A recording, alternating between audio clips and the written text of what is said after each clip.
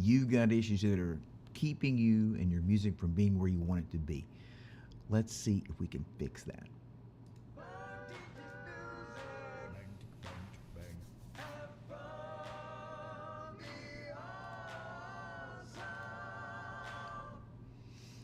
Hi guys, this is Mark Black, and this is my channel, Mark Teaches Music, and this is our weekly Q&A called "To Play and Sing," and this is episode 78, which is also always fascinating to me that there's that many of them. I know you're probably excited too. So this is about learning to play and sing. Duh. So we're talking about technique and skill and personality. Your personality is so important. My personality, different people's. Music theory, how to improvise, working as a soloist, working in group ensembles, jazz bands, country bands, orchestras, concert bands, woodwind ensembles. One of my favorite. Gosh, I loved being in. I know all you bluegrass fans can appreciate this. I just loved being in woodwind quintets. It's so cool, such cool music. So these groups, leading them, being in them, being a member, and any style, any level, instruments, voice, guitar, fretted instruments, piano, bass, woodwinds, brass, strings. It doesn't mean I can answer all the questions. I always reserve the right to say, I have no clue about that. Don't worry, I'll say it. Praise and worship, composition, songwriting, which are different things. Songwriting and composition are not the same thing. Latin music, classical, pop, barbershop. Oh, those daring young men in the flying trapeze, they go up, they dip up, they go down, down, down. Need to work on that note. Of course, I'm not the bass, I'm the whiskey tenor in the barbershop quartet. So, how to practice, how to improvise, developing your ear. And so I want to help you fix the things that are holding you back. So bring all your questions. We're going to learn amazing things. Hey, TDB. So 2 weeks ago, we had, I think there was a week when a tremendous explosion, like is in the stream. The computer cut off in the middle. Took me about 8 minutes to get back and realize it was on. And of course, it was still streaming nothing. So, but anyway, once we got back, we talked about how different musicians learn differently. Yeah, I mean, we're talking about different people. 4 musicians are in a room, and each of them learns differently. Probably, if we get to certain ensembles, like for example, a lot of traditional bluegrass has a very similar kind of person. A lot of classical music has a very similar type people. Not 100%, but we won't see those 16 personalities or those 4 master personality types, but they're there in just a normal room. You got, let's say just 8 musicians. There's probably at least 4 different viewpoints on what's success and how to practice and what's a problem. And so we talked about that, and we talked about using mimicry. What a wonderful tool to master new skills and become a mix of your influences. That's your own voice. Once it tops out, it's you. And we talked about active listening.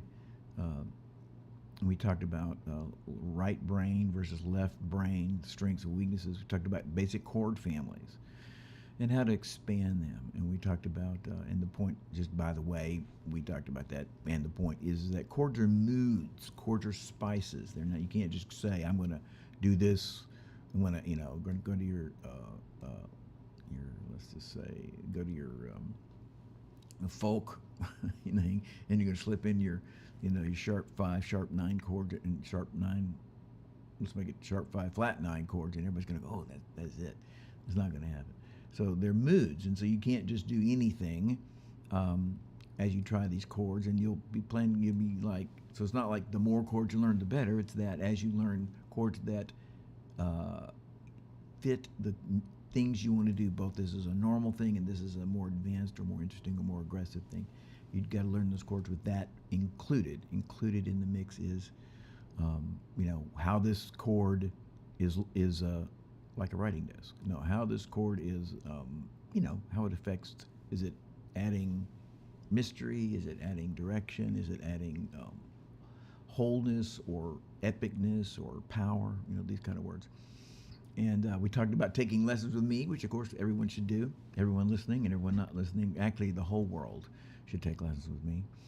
And about not letting hard passages bully you. Don't be bullied by hard passages. And how to face the technical difficulties that are there and still be a convincing performer. And just by the way, if you're watching this after the actual live stream, be sure and send me a question, or if you have any questions, send me a question at mark@dallasmusiclessons.com, or of course, post them in the comments, which are down over here. If I look over here, I'm looking at my comments.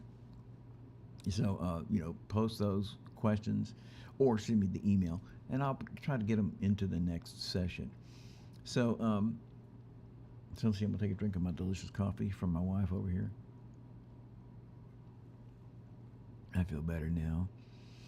And, okay, so the first thing, this is in lessons Saturday, talking about breathing. And this is for wind players and vocalists. Of course, vocalists, well, this person was a vocalist, but it's wind players is the same thing. And so just want to comment about breathing.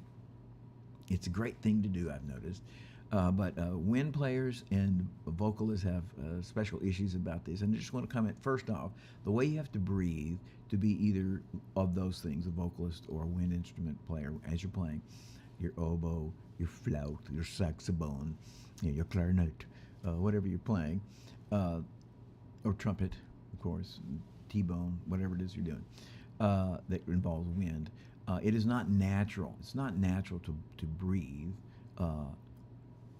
the way you need to breathe to perform or to play these instruments. And that is because there's four basic things to solve this problem. And this is, today, we're just going to talk about the first one, and that is filling all the way up. So when you're in life, you don't talk to people and go, so I went out to dinner with Margie, we had a really great time.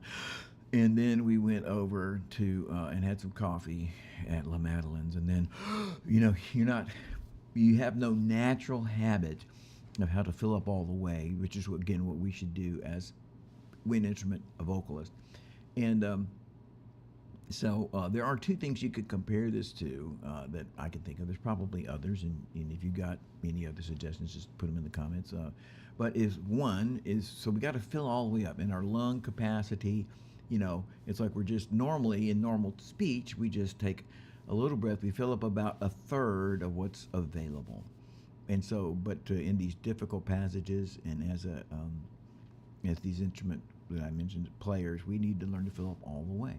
So it's not natural. We have to develop a habit. And we have two things that I thought of that remind me that can be activated. One is to imagine you're in the pool and you're fixing to swim the length of the pool. So you say, here I go. I'm gonna swim this hole underneath under the water. And the second thing that you can imagine is like you're fixing to blow out a birthday cake. And that's the only couple of examples I can think of when you need to fill up. And so you're fixing to blow a birthday cake, and so you say, happy birthday to you, and you go, and you're going to try to get all those candles out, and for my case it's just 27, so it's not that big a deal.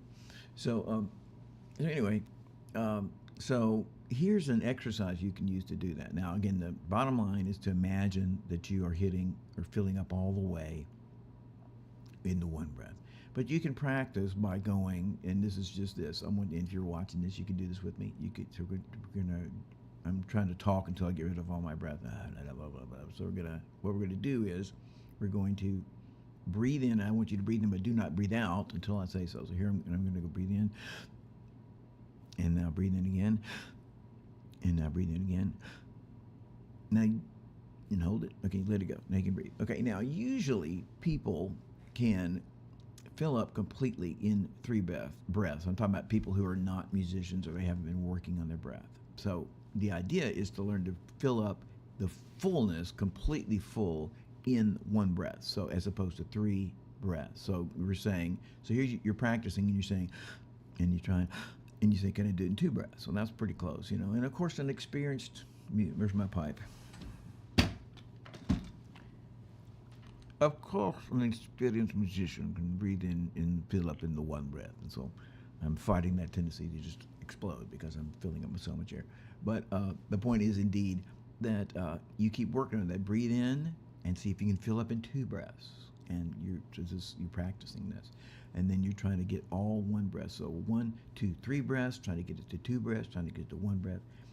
And so anyway, when you're practicing this, you should practice this every day, but don't do it more than 4 or 5 times, because you will hyperventilate and get dizzy, because your body is using that. The reason we don't fill up in normal conversation like that is because we're using just a little bit of oxygen, and filling up that much fills your lungs with air, which contains oxygen.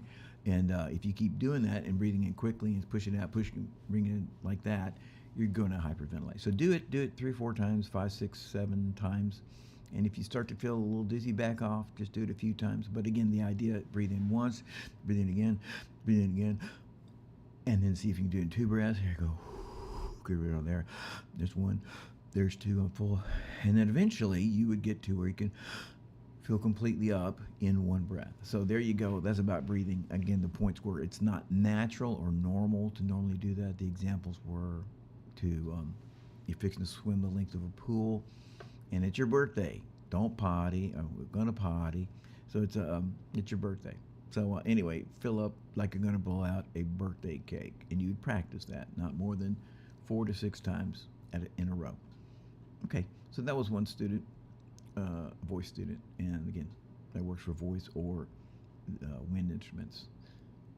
Okay, so the next thing was, or another thing was, I just talking with the student, which when I'm presenting things, and I'm saying for you, when you're learning stuff, you need your teacher or your learning direction needs to, wait a minute, check this out. I got this new thing I can do. Let me show you this new thing I can do. Watch this, look at this. A B-roll, a B-shot. So there we are. This is my B-roll. So anyway, so when you're learning things, you need to know why you're learning them, whether that's you discovering things on the internet or whatever, or it's, your teacher's telling you stuff, not in a negative way, but you should ask him and he should tell you, hey, this is why we're doing this, as opposed to blind faith. It'll be great. So I wanted to comment, people are always like, I got to learn music theory. I need to learn music theory. I teach music theory. And what I want you to know is the purpose of music theory. I'm talking to the student, and so I tell it as a part of teaching new things. I would say to a student, this is what, this is for, this exercise, whatever. And so music theory, I talk about all the time, what's it for? So for most people, the purpose of music theory, and this is why you should be learning it, is you're giving your brain enough information and learning to correctly interpret what the ear is already hearing.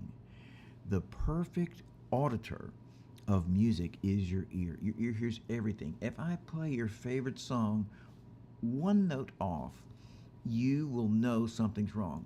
No music is involved. You're not checking out when I'm, you don't have. You're not listening to the original, but you have an image of the song in your head. So if I sing, if I go, sugar, yes please, won't you come and put it down on me?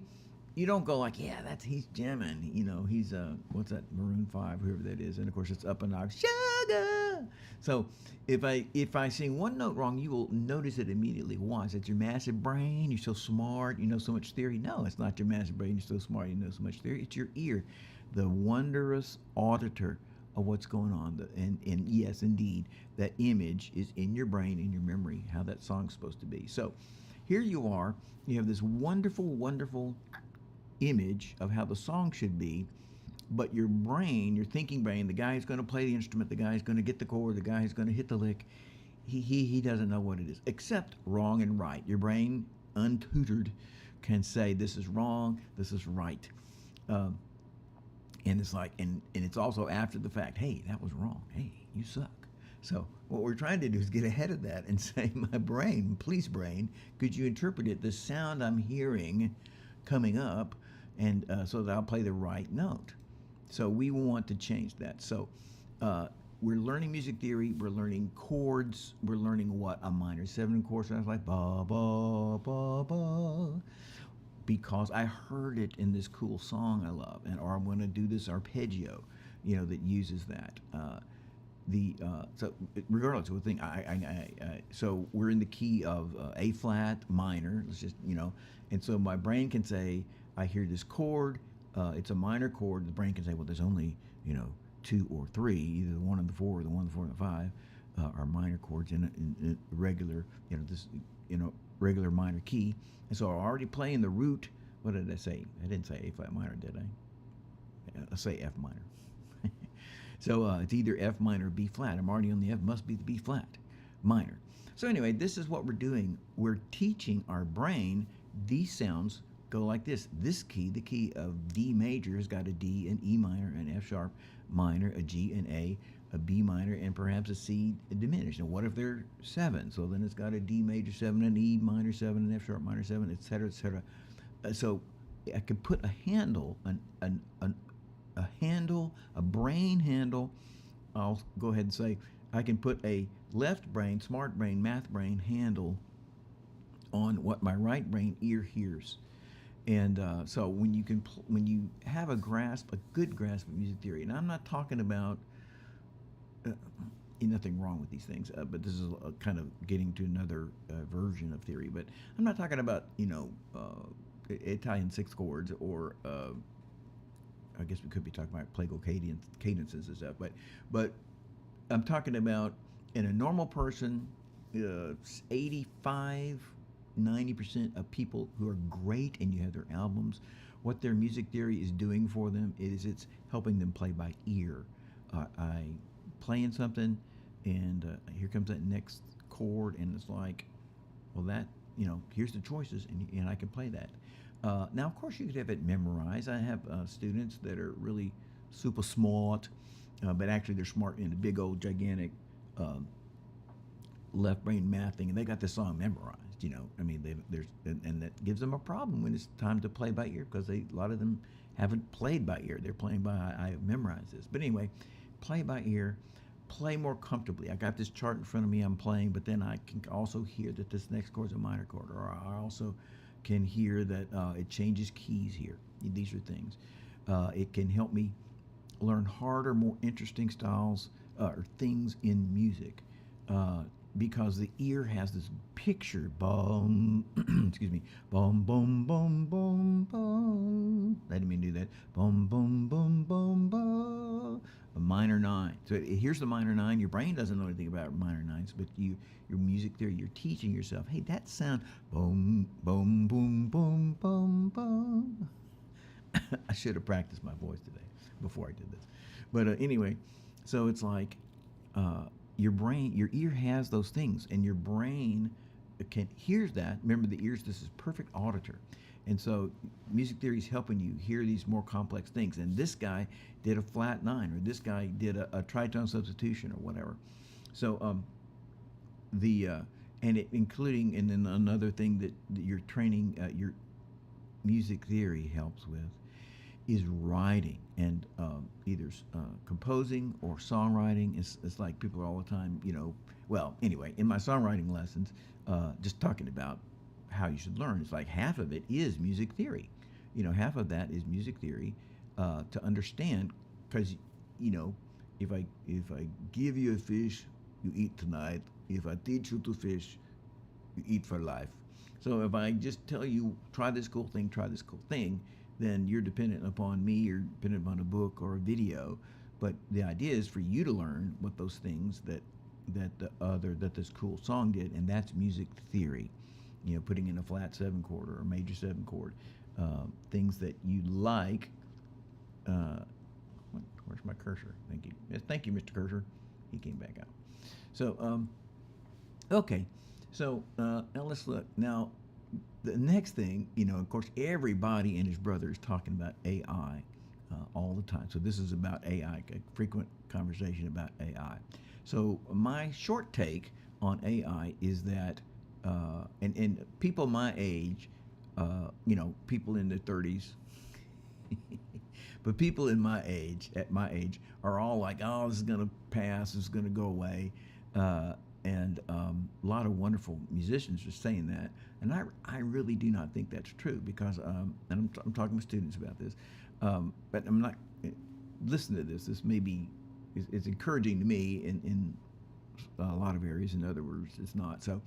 Um, so I think it's really dramatically going to affect music, musicians, and stuff. Because first off, I think most listeners are just wanting music to be good enough, interesting enough. It's like I'm driving home in my car. I want to hear something to play. And that could be any kind of music: country music, blues, rock, uh, classical. Classical, it's going to change classical music too. But anyway, what they're saying is that AI is, it has no creativity, it has no heart, no soul, you know, and it doesn't, but it does have every single thing ever written by anybody, the most creative and amazing people in the world for, 6 centuries, including up to right this minute. It's got that stuff to pull from. So it will appear to be very creative for a long time. So anyway, your average listener, including me, I'm not necessarily just when I'm just driving in the car, cutting the grass, whatever it is, working in the garage, I'm listening to music. I'm not just going like, oh my gosh, this is so incredibly challenging. How did they do that? I don't know, and I'm just every breath and essence, every single thing. Oh wait, I had to switch my transition picture. Here we go. I'm transiting. Now that I'm talking about AI, yay, AI! Look at that. That's my A roll right there. Okay. So anyway, I'm not. Most people are not listening to music to study it, for it to be creative, for it to be incredible. They're listening to music because it relaxes them. It's beautiful. It's dramatic. It's all these good things. Epic. It's all these things. But again, AI has got all of the every music everywhere. All the recorded, written music too, probably, for as far as everything we know. So it will be very creative for a long time. So anyway, here's my short take. I'm going to say that AI is not going to affect listeners because when I started to learn music, not learn music, wanted to play music, I wanted to play the cool things I was listening to. I wasn't thinking, who wrote it. I was just thinking, this is cool. I would really love to be the doer of this. I'm talking about just listen. Sorry. First, the listener. Listener just wants to be entertained. That's why I just want to be entertained. This is cool. It's not going to affect listeners. They don't really care who it is, and that includes me as a listener, who did it, how it was done. Me as a learner, when I started music as a musician, I just wanted to play the cool stuff. This is so neat to play in the band, so neat to play, for other people, all this kind of stuff. That's going to still be there, including, people are taking lessons. Very few of those people are going, I want to be the creator. But it is going to affect creators, I think. And the reason would be, that AI is got all those things to access. I would think that AI is going to really affect by harvesting, juxtaposing, Mahler with Chris Thiele, write a symphony, do a mandolin piece that sounds like it's written by Gustav Mahler, and that sort of juxtaposition is going to happen for a long time. And I think that creators are going to have a hard time not being shut down because, again, because of that lower threshold of the listener. It doesn't have to be that amazing for me as a listener and you as a listeners, to like it. So creators, I think, are going to have an issue of not getting shut down. I think eventually AI is going to run out of material to steal. Eventually it'd be like we stole everything there is, we applied it, and the ball's going to go back in the creator's court, and they're going to it's going to be back to, well, we don't have any new stuff to do, or the stuff that the stuff the AI is doing is going to be kind of like not that exciting, or very, very obviously just another regurgitation of some angle it's got. And eventually, ball will come back to the creators, people who are inventing new things. But it might be 20 years from now, and I know that's not particularly exciting. So, to recap that, I said that I don't think AI is going to affect listeners, me as a listener or listeners. I don't think it's going to affect performers, because performers are performing. Most performers are performing for this is great to perform, love to make the music, be the maker of the music, not the inventor of the music, the performer, the maker of the music. And then I think it's going to create affect creators, but I don't think it's going to do that forever, but it's going to do it for a long time, and it's going to be interesting, perhaps difficult to see what it actually does in that. So, and then so watch this. I'm going to switch shots. Watch me. Look at it. Cool. Okay, now you should take online lessons or in studio lessons with me. And so go to mark@dallasmusiclessons.com or go to www.dallasmusiclessons and check it out if you want to just get some more, I don't know, ideas about me or whatever. So I'm going to do that. Okay, watch, I'm going to shift back. I think I have time for one more. Yes. Okay. So, and this is on every student assignment sheet, all of my students for, 20 years probably. And that is every day you need to be practicing and you need to be performing. You need to be practicing and performing. You need to have a practice mode and a performance mode in your time with your music every day that you play your music. And so, like I just said, that is on every assignment sheet I have for every student. And that, what I mean, it doesn't say practice, and perform. It says, here's your practicing block, the things you're working on to practice, and here's your performance block, and here's how much time you should spend and that kind of stuff. So, and to think about it now, so there's two people, I think, kind of wrapped up in a learning musician, and and it's a race, and so the practice, when you're in your practice mode, you are the mechanic. You got this race car pulled apart. You're working. Oh my gosh, the timing's off here, and we got to change those tires. We got to work on this. So you got the song pulled apart. You got your technique pulled apart, and you're sitting there trying to figure out what is the, what's wrong with this. I keep rushing. I keep playing. I can't figure this right. What is the way to do this? So in practicing a mode, you are stopping the song, you are fixing things, you're refining things, you're pondering why you have a problem, you're isolating little parts, you're isolating your right hand, your left hand, your scales, your head voice, your mixed voice, you are slowing things down. And so you're like the mechanic working on each little part. And then performing is like the car driver. He comes running in, he says, okay, we got to go. Throw that sucker back together, put it all back together, and now I've got to make this a race. Performing is like, I got to put all these things back together, and my goal now as a performer, music performer, is to not stop, to make this song real, make it real. I got to learn to manage mistakes. This is in performing, manage mistakes without pausing, and I got to learn how to do it. It's not a given, because again, I said before, where's my pipe? As I've said before, when we make a mistake, we have the body's the natural freeze, fight, or flight. So the first thing we make a mistake, we stop naturally, and we can't do that when we perform. So anyway, performing is the big picture. Don't stop. The race car driver is, what is music about? You have to perform, and then. But you can't perform if you can't play the song. If you can't manage the fast parts or the crescendos or whatever, all the pieces that are in it, which is where practicing comes in.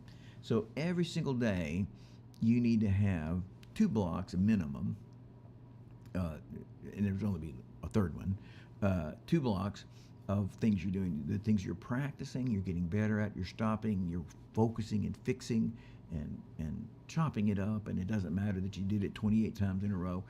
But then you have your performance block, and I'm talking about that would be your song or songs that you're working on, and you need to do that every day. And most people lean toward practicing every day. That is, they're doing the little pieces and things, but they don't perform their stuff enough for it to become excellent. You want to become excellent. And so you need to do that every day, practice and perform. And for performing, you're practicing performing. You're learning how to perform. You don't know how to perform, essentially, or you could look at it that way. And so you're getting to where you can perform, that is, not stop. You make a mistake, you keep on going, figuring out how to manage that. That's a wonderful thing to do.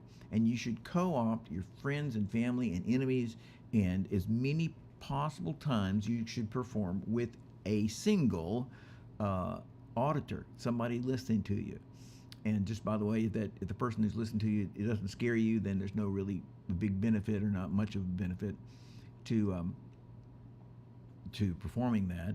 If if it's your mom and she or your wife or your husband and he thinks you're awesome, oh you're great baby. So then you're like, okay, this is not. If you're not feeling under some pressure, then it's not doing as much good. So we want people that put you in a little bit of pressure, not scary pressure, but just a charge of, gosh, this is, and it really could be people that think they're really great. They don't think you're that great, as long as you can handle it. But again, the idea is to put yourself in the position of, and it's easier to perform when there's somebody there listening to you. So that's a great thing to do. So anyway, co-op friends, family, and enemies, just people hey buddy, come here, could you listen to me play this song? Seriously. And if you could do that as often as you can, I think you have to perform live for people hundreds of times before you get to where you can. We want you to be able to play your songs in front of people just like you're in your room by yourself, the same way. So there's really no difference to you. And so let's see. All right. Now, okay, so this is Mark Teaches Music. I'm Mark Black. This is our Q&A to play and sing. This is episode 78, which again, I'm impressed. You should take online or in-studio lessons with me. And so you should drop your comments here or any questions, put them right there and say, hey, how did you get so cool that you have a B-roll? He's like, oh, I don't know, it's amazing. So I want you to have a great week, and I want you to have fun, and I want you to be awesome. Have fun. Be awesome. I said like, subscribe. You know you should. Oh yeah. Have fun. Be awesome. Like, subscribe. Have fun. Be awesome. You know you should. Have fun. Be awesome.